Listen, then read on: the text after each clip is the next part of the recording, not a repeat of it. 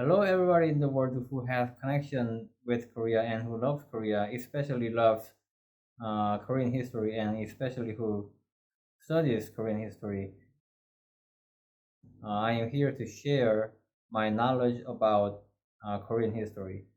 So I am here to share the real authentic history of Korea with you.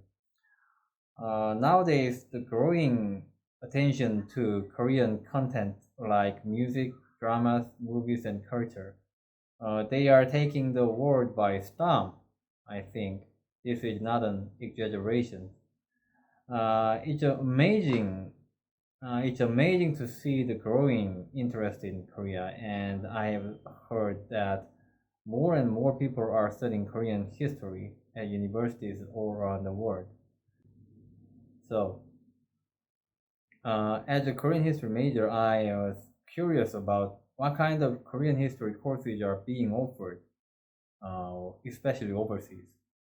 But I was shocked to find that some recent books and articles on Korean studies still contain, remnants of the historical distortions made by Japanese imperialists and Japanese imperialist historians.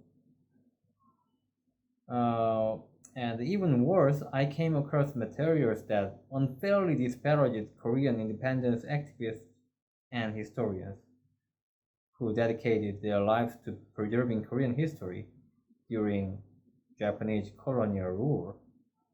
And to make matters worse, I discovered that some of these authors are actually professors. Yes, they are professors at foreign universities. So if students learn from professors who hold such distorted views, then the student will inevitably develop a completely inaccurate understanding of Korean history. And this could lead to serious distortions of Korean history as it is shared with people around the world, especially with the growing popularity of K content. So that is why I am creating this YouTube channel to share the true and authentic story, especially history of Korea, with you. Your subscriptions and likes are a huge help to me. Please subscribe and like my videos. Let's start our first episode of this channel. Let's go.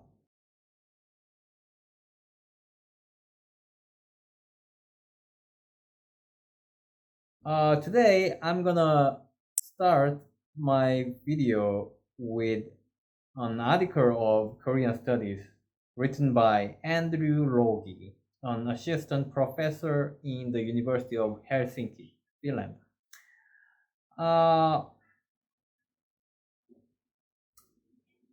as I read his article, I felt that he has either a minor understanding or misunderstanding of Japanese imperialism and the historiographies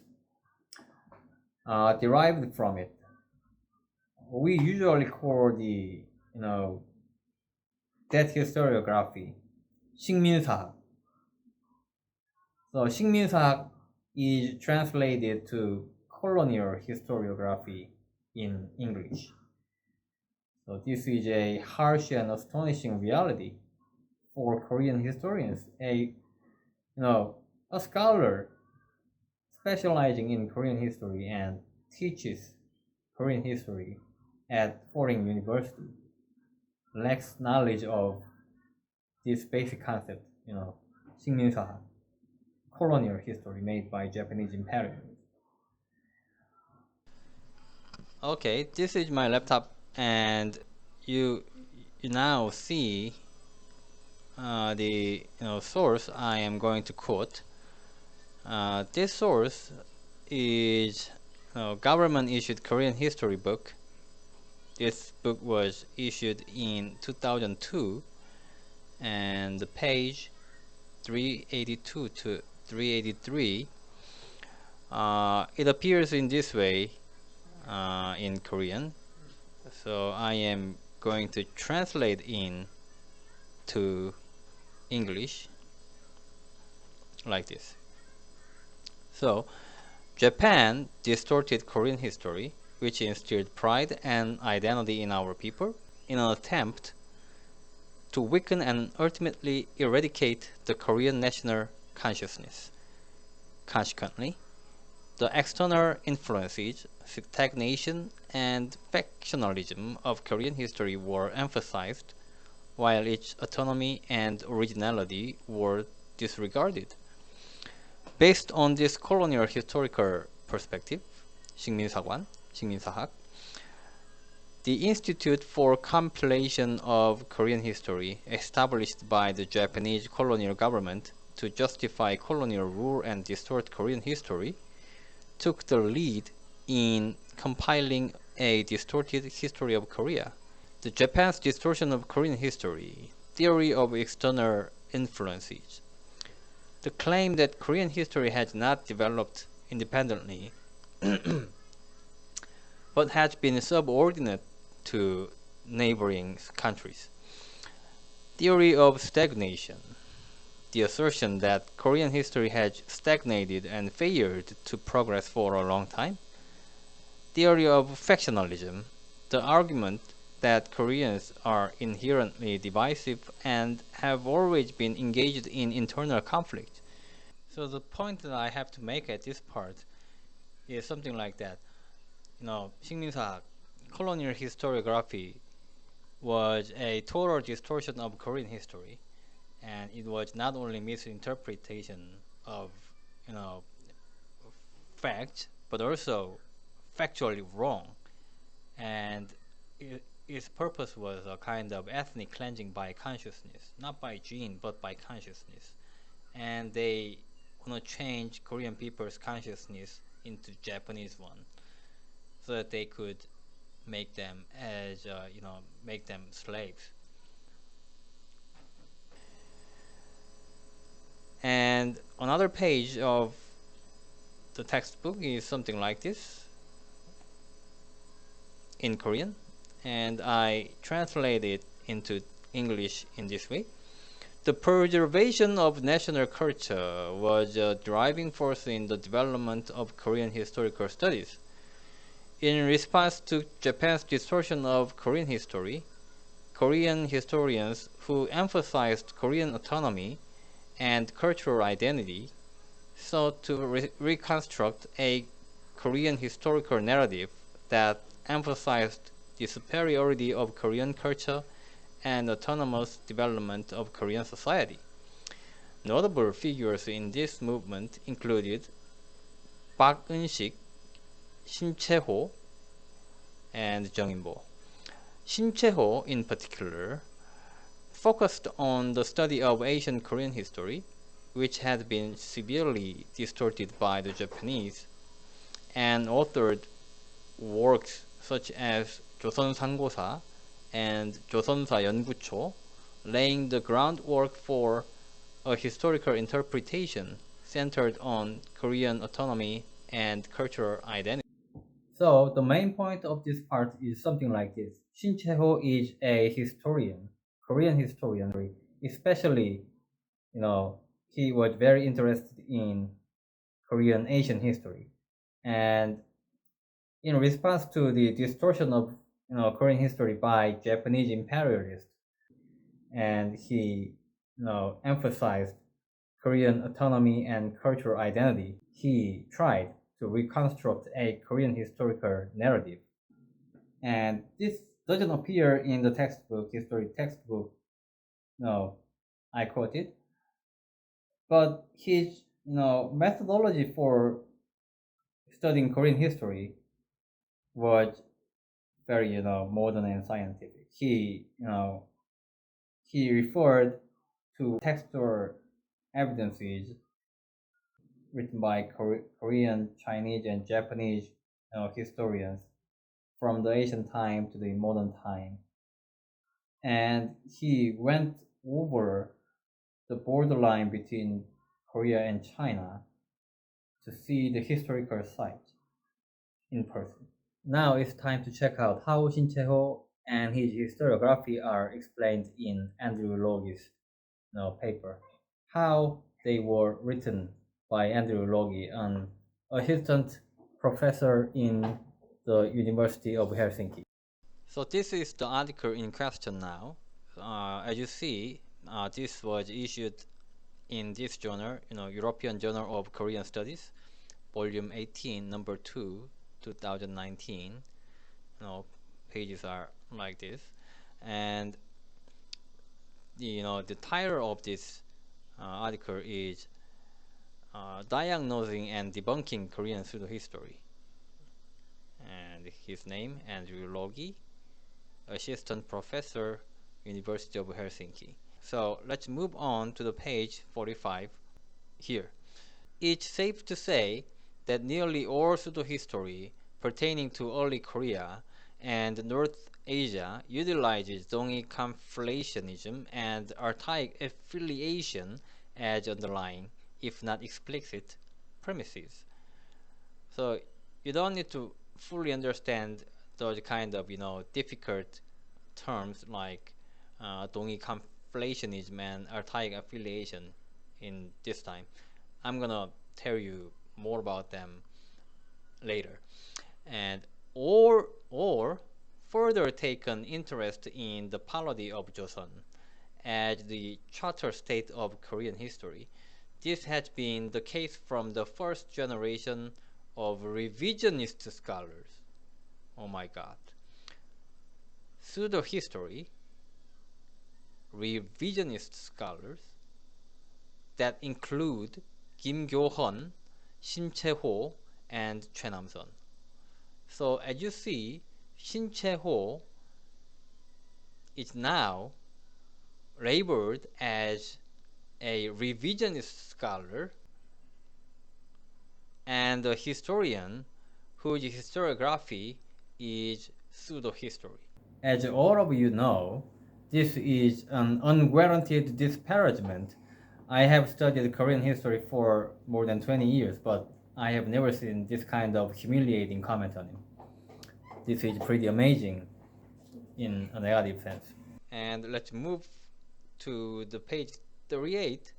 This vision of Asian empire is built on a series of flawed arguments, textual, linguistic, archaeological, and folkloristic, the evolution of which can be reconstructed as a history of ideas. So, a history of ideas, and pseudo history, and revisionist, history, all of them are the same, tracing back through the 20th century to pre-20th century antecedents.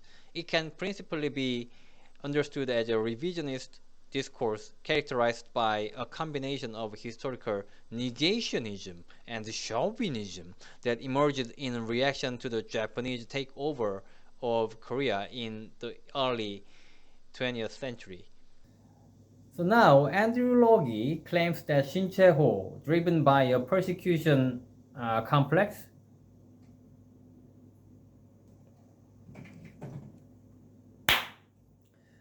so Professor Andrew Logi claims that Shin Chae-ho, driven by a persecution complex over Korea's loss to Japan, became entrenched in chauvinism and ultimately fabricated a pseudo-Korean history.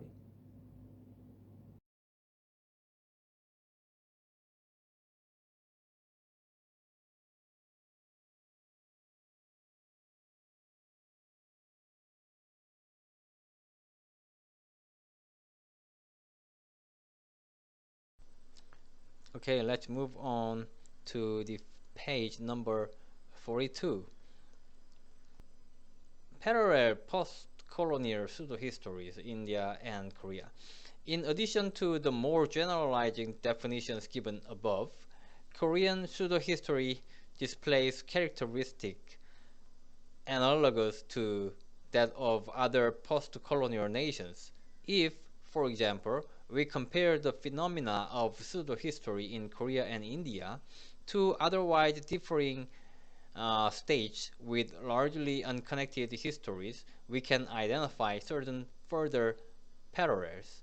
First, In both cases, pseudo-history was born of nationalist reaction to being colonized.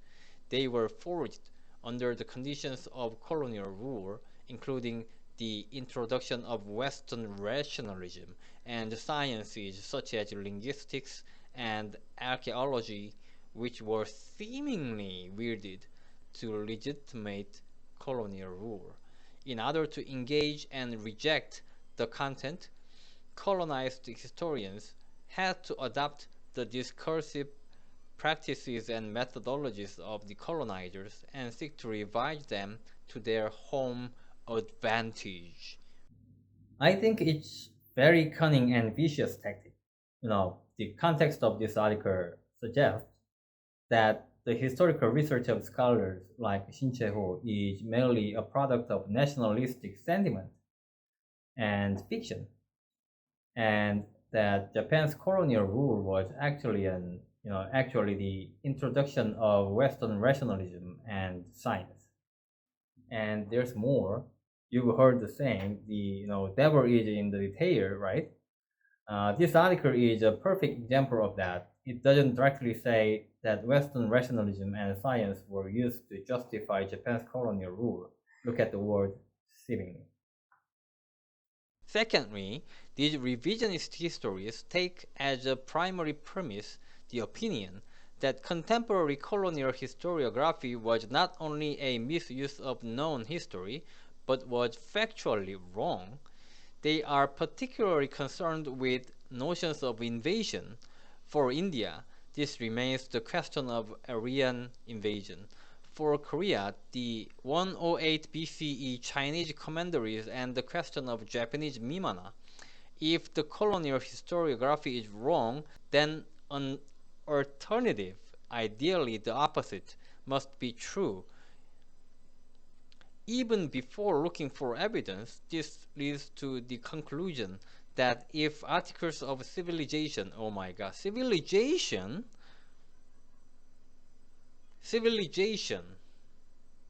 colonial historiography, civilization, and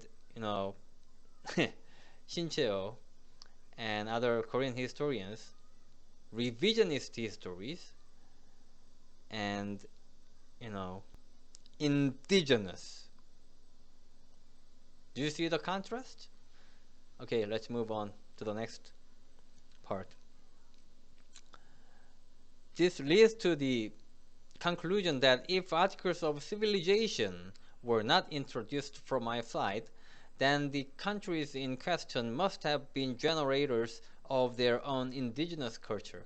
If they were not invaded, they must have they must have expanded and invaded surrounding territories themselves. Did you see the italicized word factually? It implies that while Japanese colonial historians may have misinterpreted facts, they didn't actually distort the facts themselves. Then it goes on to claim that, driven by a persecution complex over losing their country, historians like Shin-Che-ho fabricated a false history without any evidence. And the author also sets up a stark contrast between Japanese imperialism, which is implied to be a force of civilization, and the indigenous historical research of scholars like Shin-Che-ho. So in this way, Japanese imperialism is science and civilization, and Korean historians like Shin-Che-ho's historiography is indigenous and maybe not scientific. So this kind of framing suggests that Korean historians like Shin-Che-ho were resistant to Western ideas and sought to create a purely nationalistic history. Furthermore, the authors claim that Korean historians, including Shin-Che-ho, believed that Korea would have been a colonizer had it not been colonized, is unfounded and unsupported by any evidence. if there were, Andrew Logie should have cited them, but there's no citation at all in this part. Today, we have checked out how an article on Korean studies still contains remnants of the historical distortions made by Japanese imperialist historians, and how it unfairly disparaged, Shin Chae-ho, Korean independent activist and historian, who dedicated his life to preserving Korean history during Japanese colonial rule. If students learn from professors like Andrew Logie, who has, distorted views, they will inevitably develop a completely inaccurate understanding of Korean history.